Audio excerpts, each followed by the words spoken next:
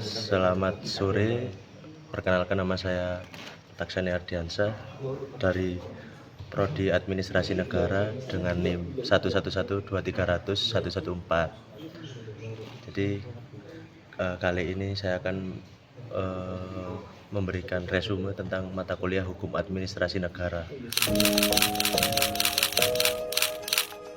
Yusuf Kala menekankan pentingnya keterbukaan informasi di negara demokratis. Publik harus mengetahui apa yang dilakukan pemerintah, baik di pusat maupun di daerah. Bahkan masyarakat harus dilibatkan untuk berpartisipasi dalam pembangunan. Dalam suatu negara yang demokratis, partisipasi masyarakat yang luas. Di bagian pertama ada pengawasan administrasi negara. Jadi kita mulai dari pengawasan administrasi negara. Secara sederhana, pengawasan administrasi negara adalah proses pengendalian, pemantauan terhadap aktivitas administratif yang dilakukan oleh pemerintah. Tujuannya yaitu sangat jelas, memastikan setiap tindakan itu sesuai dengan pengawasan atau hukum dari administrasi negara itu sendiri. Fungsi utama dari pengawasan ini adalah untuk menindaklanjuti atau mendeteksi penyimpangan yang ada, menjaga integritas aparatur pemerintah, serta meningkatkan efisiensi dan kualitas pelayanan publik yang ada di suatu negara atau negara ini, Indonesia. Pengawasan administrasi negara terbagi menjadi dua bentuk utama, yaitu pengawasan internal dan pengawasan eksternal. Pengawasan internal dilakukan oleh lembaga yang berada di dalam struktur pemerintahan itu sendiri, seperti Inspektorat Jenderal di Kementerian atau Satuan Pengawas Internal atau SPI. Fokus pengawasan internal ini adalah memastikan kepatuhan terhadap aturan internal, pengelolaan keuangan yang tertib, serta mencegah terjadinya penyimpangan sejak dini. Sementara itu, pengawasan eksternal dilakukan oleh lembaga di luar struktur pemerintah yang bersifat independen. Contohnya adalah Badan Pemeriksaan Keuangan atau BPK yang mengaudit keuangan negara. Lalu yang kedua ada Komisi Pemberantasan Korupsi atau KPK yang menangani tindak pidana korupsi, serta Ombudsman Republik Indonesia yang menerima laporan masyarakat terkait mengadministrasi pelayanan publik. Secara mekanisme, pengawasan administrasi negara dilakukan melalui berbagai tahapan, mulai dari perencanaan, kemudian pelaksanaan pengawasan, dilanjutkan dengan evaluasi pelaporan, dan yang terakhir, tindak lanjut berupa rekomendasi atau sanksi jika ditemukan pelanggaran. Namun, dalam praktiknya, pengawasan ini menghadapi tantangan seperti korupsi yang melibatkan pejabat tinggi, kurangnya transparansi, serta keterbatasan sumber daya pengawas. Oleh karena itu, diperlukan penguatan kapasitas lembaga pengawas dan peningkatan keterbukaan informasi publik. Lalu yang kedua ada sengketa tata usaha negara. Jadi selanjutnya kita akan masuk ke dalam sengketa tata usaha di negara atau tata usaha negara atau yang disebut STUN.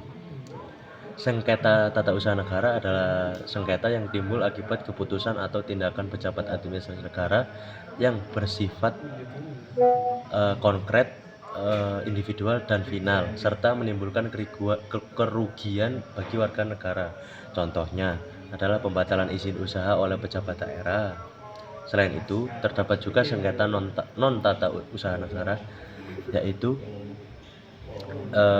sengketa yang tidak secara langsung berkaitan dengan keputusan administratif formal, tetapi muncul dari tindakan atau kelalaian pemerintah, seperti pelanggaran hak warga dalam pelayanan publik.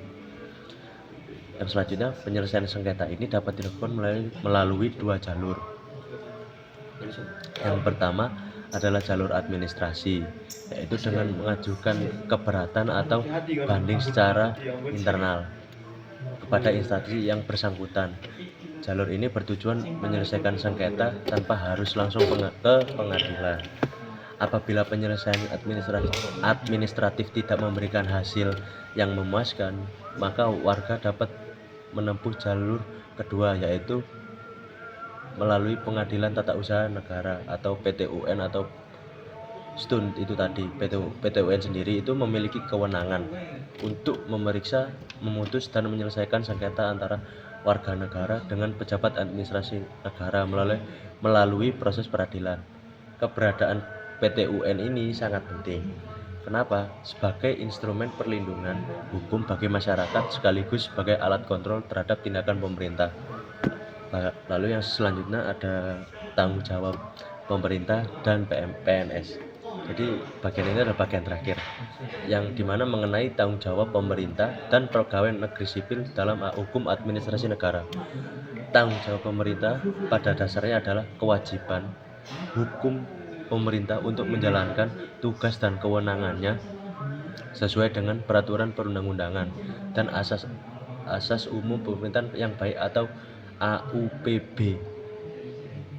Menurut para ahli seperti Philips M, Hajon, dan Ridwan HR, tanggung jawab pemerintah mencakup kewajiban untuk bertindak legal, akuntabel, serta tidak melanggar hak warga negara. Hal ini juga ditegaskan dalam Undang-Undang Nomor 30 Tahun 2014 tentang Administrasi Pemerintahan. Sementara itu, pegawai negeri sipil memiliki tanggung jawab untuk melanjutkan atau menjalankan tugasnya sesuai hukum, etika, dan disiplin.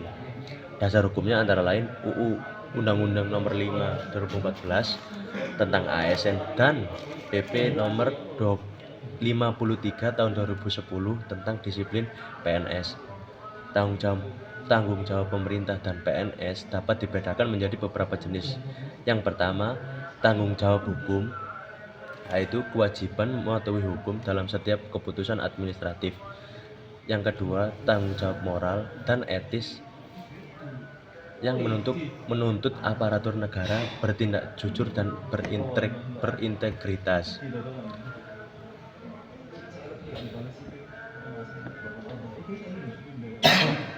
Yang ketiga, tanggung jawab finansial, khususnya dalam pengelolaan keuangan negara.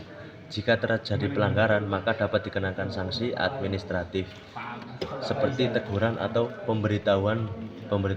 pemberhentian. Jadi sekian penjelasan dari saya. Jadi kita bisa tahu ternyata suatu negara itu untuk menjalankan pemerintahan atau suatu badan usaha, badan negara atau namanya legislatif, yudikatif itu tetap ada aturannya. Jadi semua negara juga pasti mempunyai hukum administrasi atau yaitu tadi hukum administrasi negara dalam menjalankan negaranya sendiri. Terima kasih.